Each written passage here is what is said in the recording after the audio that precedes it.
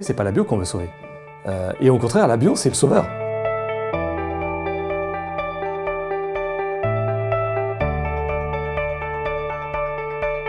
L'agriculture biologique se définit d'abord par une pratique agricole. C'est-à-dire que c'est pas d'abord un produit, c'est pas d'abord un règlement, c'est une volonté de mettre en œuvre une agriculture qui préserve la biodiversité, qui préserve le climat, qui en fait est en lien avec le vivant au lieu d'être en guerre contre le vivant, ce qui caractérise globalement l'autre agriculture. Donc l'agriculture biologique, c'est une agronomie, c'est une autre façon de concevoir le rapport entre les humains, leur territoire et l'agriculture. En fait, la question du prix de la bio, c'est une question complètement biaisée, parce qu'on confond le prix de vente et le coût de production. Et en fait, si on intégrait l'ensemble des bénéfices environnementaux, des bénéfices sociaux de la bio, à la société, la bio coûte moins cher que le conventionnel. Je vais donner un exemple tout simple. En 2011-2012, le Conseil général au développement durable a fait un rapport sur les prix de dépollution de l'eau liés à l'agriculture, en ciblant bien sur l'agriculture, pas les coûts de dépollution généraux de l'eau. Leur conclusion, c'est que ça coûte entre 800 et 2000 € par hectare de dépolluer les pollutions agricoles sur l'eau, pour la rendre potable. Donc le prix actuel de la bio, ça n'est que la conséquence d'une absence de prise en compte des externalités de la bio. C'est l'absence de politique publique. C'est la baisse drastique des soutiens publics à la bio. Comme les distorsions de concurrence conduisent la bio à coûter plus cher a priori, l'équilibre ne peut être restauré que si on a des subventions, que si on a un soutien public, un soutien à l'organisation des marchés, un soutien direct aux agriculteurs, etc. Et tous ces soutiens-là ont soit disparu, soit fortement baissé depuis quelques années. Un gros problème qui se pose aujourd'hui, c'est la multiplication des labels ou des assertions commerciales, puisqu'il y a à la fois des labels proprement dits, comme haute valeur environnementale, HVE, mais aussi une sorte de mode de dire c'est local, c'est bien. Un produit local peut être très bien s'il est bio, bien sûr. Bio et local, c'est l'idéal. Mais si le produit local a été cultivé avec beaucoup d'engrais azotés chimiques, ce qui est le cas dans l'agriculture conventionnelle, il dégagera beaucoup de protoxyde d'azote par le biais de ces engrais. Et puis dans le cas de HVE ou d'autres labels qui émergent aujourd'hui comme sans résidus de pesticides, en fait tout ça c'est des leurres, c'est-à-dire sans résidus de pesticides, c'est des processus techniques qui permettent de cibler quelques productions à quelques dates précises, mais ça n'empêche pas qu'il y a beaucoup de pesticides envoyés dans l'environnement. Alors la critique sur la bio-industrielle, je l'entends parce que il y a évidemment, avec le développement de l'agriculture bio, des opportunistes ou tout simplement des gens qui se disent « tiens, il y a un truc à faire, quoi ». Donc on a des profils différents et évidemment, les supermarchés, les grandes multinationales s'intéressent à la bio, souvent comme une niche, donc c'est très critiquable, parfois avec une vraie ambition de changer petit à petit les choses. Le problème, c'est que souvent, ces démarches-là conduisent à faire ce que j'appelle du conventionnel sans chimie.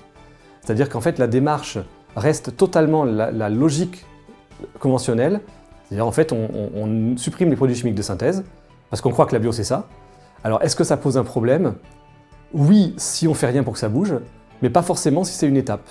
De fait, on a constaté que les consommateurs commencent à acheter bio dans les supermarchés, dans le lieu habituel d'achat, et ensuite ils évoluent vers d'autres lieux d'achat, plus d'exigences, une fois qu'ils ont compris ce qu'il y avait derrière. Et c'est vrai aussi pour certains transformateurs, certains distributeurs, qui ont vraiment évolué dans leur pratique une fois qu'ils ont mis le doigt dedans. La bio est assez subversive en fait, assez convaincante une fois qu'on a commencé à y toucher. La question des pesticides, c'est vraiment une question très, très importante parce qu'il y a énormément de malentendus. La bio, c'est pas la suppression des pesticides. La bio, c'est un mode de production qui fait avec le vivant dans une autre approche agronomique, une autre approche philosophique. Ça se traduit par l'interdiction des produits chimiques de synthèse, non pas parce qu'ils sont de synthèse, mais parce qu'ils posent tout un tas de problèmes techniques, biologiques, écosystémiques. Et vraiment, il y a des fondements très très scientifiques au fait de vouloir s'interdire des produits chimiques de synthèse. La bio utilise un certain nombre de produits destinés à maîtriser, à limiter les maladies. À ce titre, on peut dire que ce sont des pesticides. Mais ce sont des pesticides naturels, et ce sont des pesticides qui ont la caractéristique d'avoir une très très faible rémanence. Ça veut dire qu'ils restent actifs très très peu de temps. Là où un pesticide du conventionnel va être actif pendant des jours, des semaines, voire des années. Et il faut aussi savoir qu'un pesticide autorisé, c'est pas un pesticide utilisé. il n'y a que moins de 10% des surfaces bio qui reçoivent parfois des pesticides naturels.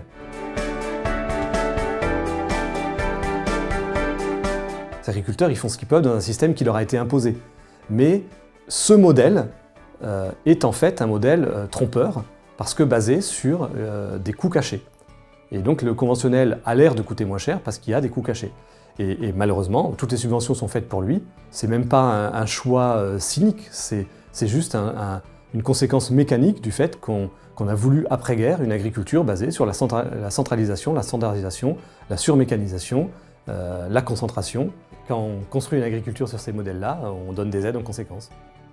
On pourrait imaginer un plan Marshall pour la bio, même on pourrait dire un plan Marshall pour l'agriculture en fait, dans le sens où l'agriculture française est sinistrée. Tous ces éléments à la fois économiques et climatiques font que l'agriculture française est très très fragilisée aujourd'hui. Et on la sauvera en la faisant passer en bio. C'est pas la bio qu'on veut sauver. Et au contraire, la bio, c'est le sauveur. C'est le fait de développer la bio qui sauvera l'agriculture.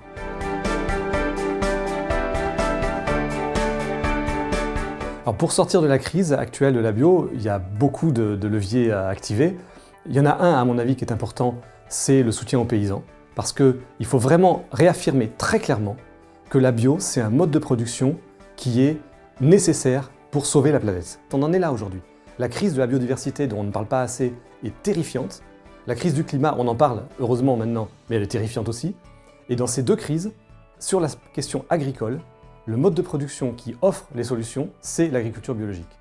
Donc il faut absolument que ce mode de production soit encouragé, quel que soit le marché. Et puis, il faut donner des fonds à toutes les structures d'animation pour aider les agriculteurs, pour aider les filières. Il faut des gens, il faut des humains qui animent, qui conseillent, qui encadrent. Et puis, il faut des fonds de communication, notamment par le biais de l'agence bio. Et enfin, il faut des fonds pour la recherche. Parce que si on dit qu'on veut 25% de bio demain, il faut mettre 25% des moyens sur la bio.